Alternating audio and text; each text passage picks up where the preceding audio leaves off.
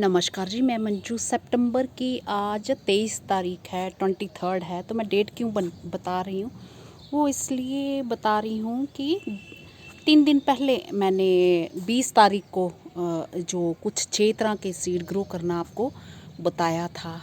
तो और कई भाई बहनों ने पूछा है कि आप इतनी सारी सीडलिंग कैसे तैयार कर लेते हो। तो वो भी मैं चीज़ आपसे शेयर करूँगी। और जो मैंने सीड 20 तारीख को 6 तरह के सीड्स विंटर गार्डन के लिए लगाए थे, तो उनका अपडेट भी दूंगी आज। और अभी बताऊंगी कि मैंने क्या क्या काम किए हैं। कल फिर हम कुछ और सीड्स लगाएंगे। तो सबसे पहले मैं आपको एक चीज़ आपसे शेयर कर दूं। पहले तो मैंने जो मिट्टी बनाना सिखाया कि किस तरह की मिट्टी में मैं सीड्स ग्रो करती हूँ। तो जब कोई गार्डनिंग स्टार्ट करता है तो शुरू से तो वो उसको मिट्टी भी लेनी पड़ेगी, गोबर की खाद भी लेनी पड़ेगी, अगर ज़रूरत हो तो वर्मी कंपोस्ट का भी वो इस्तेमाल करेगा। तो उस पर भी मैंने वीडियो बनाया हुआ है। और जब एक सीज़न हो जाता है हमें ग्रो किए हुए कि हमने पूरा गार्डन हमारा तैयार हो जाता है, एनुअल प्लांट्स हमारे जो लगते हैं, तो वो फिर हमारे किसी काम के नहीं होते, हमें निकालने होते हैं और अगले सीज़न के लिए फिर प्लांट्स तैयार करने होते हैं। तो सबसे बढ़िया तरीका तो ये होता है, जिनके पास जगह है, कि गड्ढा खोद के और जहाँ पहले से उनके गड्ढा बना हुआ हो, तो इन सारे जो गार्डन का वेस्ट मटेरियल होता है ना, तो इसको निकाल के आप गड्ढे में डाल दो और फिर कुछ महीनों बाद आपकी अच्छी जो गल सड़ के खाद तैयार होगी, तो वो गार्डन में आप अपने इस्तेमाल कर सकते हो। बट मेरे पास जगह नहीं है, जगह की कमी है, और टेरेस पे मैं लगाती हूँ, तो मैं नहीं चाहती कि टेरेस पे जो है काफ़ी भार रहे, तो मैं जुगाड़ू गार्डनिंग करती हूँ। तो जो भी जैसे जुगाड़ होते हैं, और मैं चाहती हूँ कि ये जो वेस्ट मटेरियल निकलता है हमारे गार्डन का, तो ये इस तरह से बेकार ना जाए। अगर मेरे पास गड्ढे के लिए जगह नहीं है, और जहाँ फिर बड़े बड़े टैंक नहीं हैं, टैंकी तो है पर उसमें मैं किचन वेस्ट डालती हूँ। अब गार्डन का तो आपको पता ही है, मेरे इतने ढेरों प्लांट्स लगे। अगर मैं टैंकी में वो जो मैंने रखी हुई है सीमेंट की, उसमें मैं ये डालने लगूँगी खाद के लिए, तो वो तो मेरी एकदम से भर जाएगी। तो फिर मैं अपना किचन वेस्ट जो है कहाँ डालूँगी। तो इसलिए मैं जुगाड़ करती हूँ, और इन्हें फिर साथ के साथ जब अगले सीज़न के लिए गमले बनाती हूँ, तो उन्हें बनाती उसमें डालती हूँ। तो ये होगी चीज़। और ज़रूरी नहीं कि मेरी तरह ही आपने करना है। मेरा काम चल रहा है, अच्छे रिज़ल्ट दे रहे हैं खूब। ये गार्डन जो है महीनों फूलों से भरे रहते हैं, और चाहे सर्दियों के आप देख लो, तो आपको ये फूल भरे हुए दिखेंगे। पूरे गार्डन में ढेरों फ्लावर्स दिखेंगे। तो ये वही जो जुगाड़ है वो काम आ रहा है, कर रहा है। तो ज़रूरी नहीं कि आप मेरी तरह बनाएं। आप जैसे 8 इंची या 10 इंची पोट लेके उसमें अच्छा सा पोटिंग मिक्सचर जो बना सकते हैं, उस तरह से भी आप लगा सकते हैं। वो तो सबसे बढ़िया तरीका है।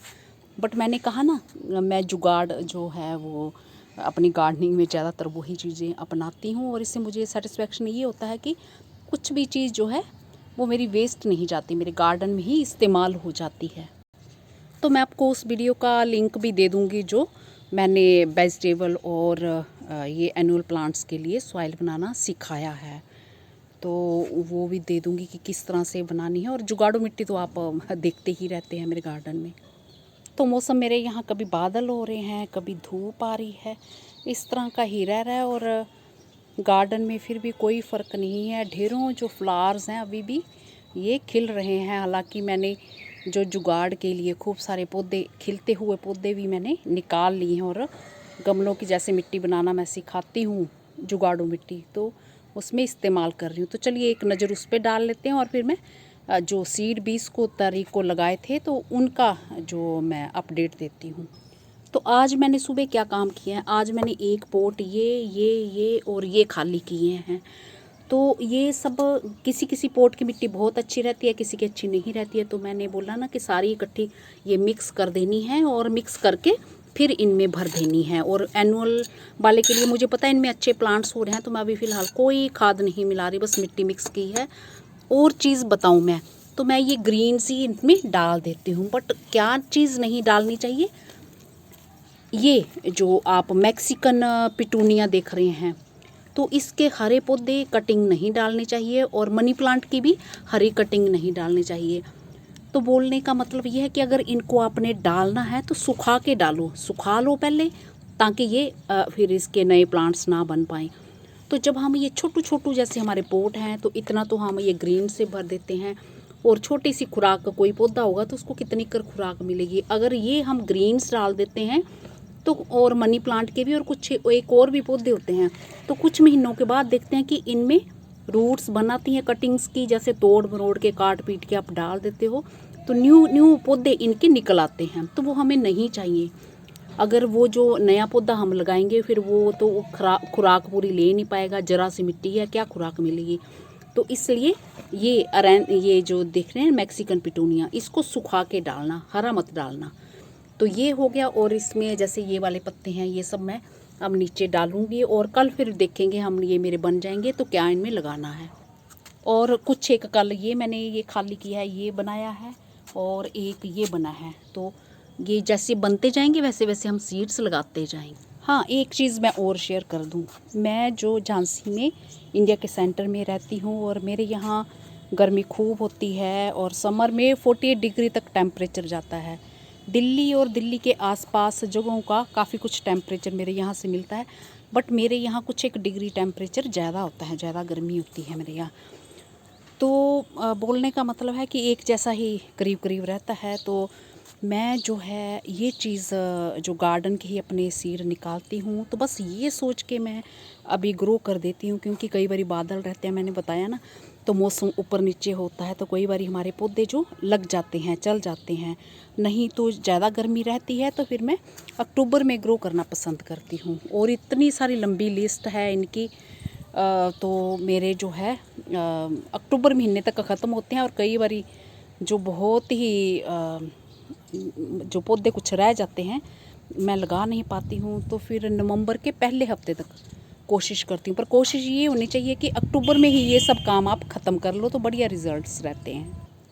तो सितंबर में मैं ये सब सोच के लगाती हूँ कि अगर मेरे कुछ सीड्स नहीं लगेंगे, नहीं चलेंगे तो कोई चक्कर नहीं, फिर मैं सितंबर में इसलिए लगा देती हूँ कि अगर नहीं चलेंगे तो फिर मैं अक्टूबर में तो मैंने ग्रो उन्हें करना ही है। और ऊपर वाले की वजह से मर्जी रहती है, मौसम अगर बादल वगैरह ज़्यादा बने रहते हैं और ज़्यादा गर्मी नहीं होती है तो हमारी सितंबर के अभी जो हम लास्ट हफ्ते में या दूसरे हफ्ते में या तीसरे में जैसे भी ग्रो करते हैं, तो कई बार पौधे जो हमारे चल भी पड़ते हैं। तो चूँकि मेरे पास तो मेरे गार्डन के सीड हैं, थोड़े ख़राब हो जाएंगे तो मैं और लगा लूँगी। तो आपके पास अगर बहुत ही कम या थोड़े से हैं तो फिर आप ये एक्सपेरिमेंट ना करें, फिर आप अक्टूबर में लगा सकते हैं। तो मेरा ख्याल है ये चीज़ अब आप समझ गए होंगे। तो चलिए, जो हमने 20 तारीख को 3 दिन पहले जो सीड्स ग्रो किए थे तो उनका मैं अपडेट देती हूँ, सीडली अपडेट देती हूँ कि क्या है।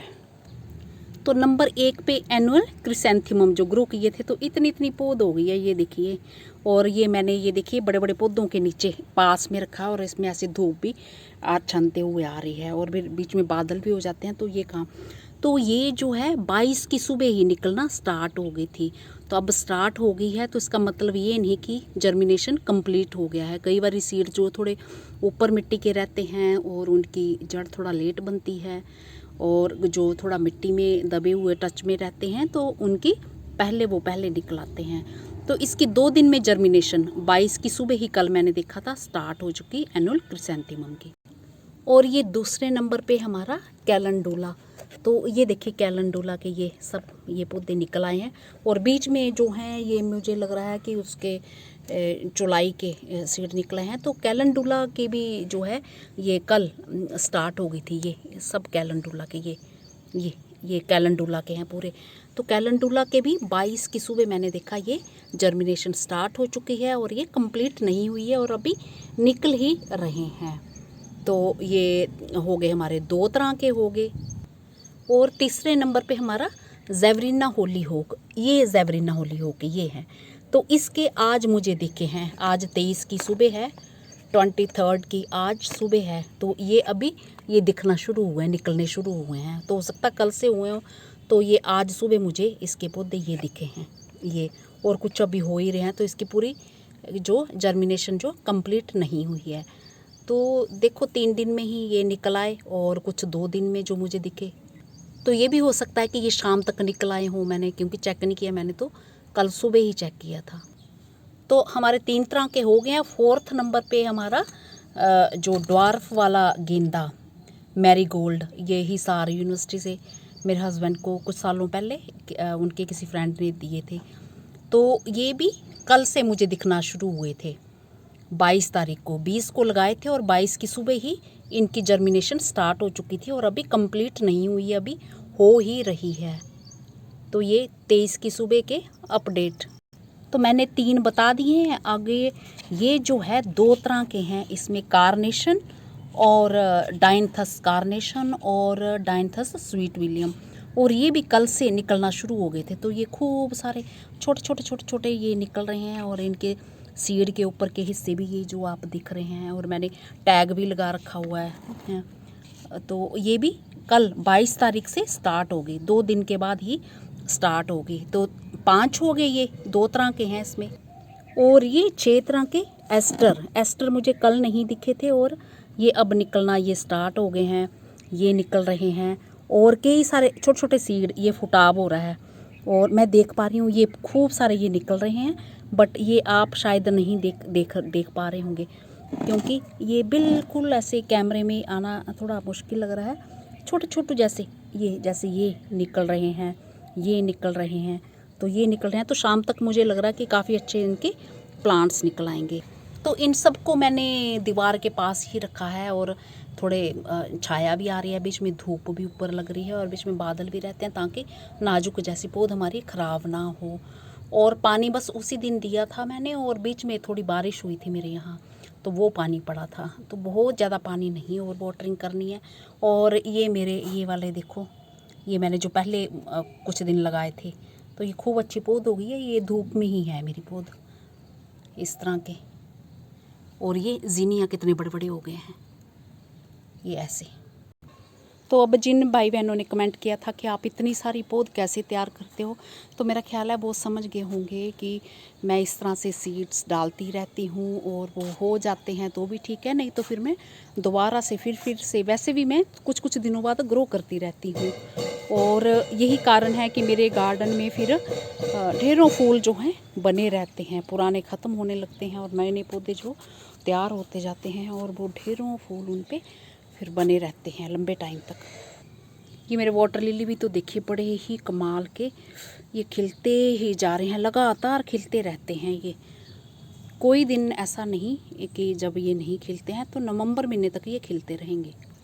तो मैंने पिछले साल के विंटर गार्डन के वीडियो बना के फूल दिखाया, नाम भी बताया, जो आपके पसंद के होंगे तो मेरे तरीके से फिर आप ये सोच के ग्रो कर सकते हैं। सॉरी वीडियो थोड़ा लंबा हो गया, बट फिर आपको समझाना भी तो ज़रूरी था। तो गार्डनिंग का अगर आप शौक़ रखते हैं तो ये मत सोचिए कि एक बार सीड लगाए हो गए। मौसम पे बहुत डिपेंड करता है। मौसम जब बहुत गर्म होता है और बहुत ठंडा होता है तो जर्मिनेशन हमारी फिर बहुत ही कम होती है। तो ये फिर ऊपर वाले की कृपा है, इसलिए इसका जो बीच का टाइम रखा होता है कि इस टाइम लगाओ तो बहुत अच्छे से लग जाते हैं। बट ऊपर वाले की मर्जी है, कभी ऊपर नीचे हो जाता है, इसलिए हम पहले भी ग्रो कर देते हैं और बाद में भी करेंगे। इसी के साथ नमस्ते जी, शुक्रिया। और हो सकता है मैं कोई पॉइंट्स बताना भूल चुकी होंगी, वीडियो बनाते हुए भूल जाते हैं, तो आप मुझसे पूछ सकते हैं।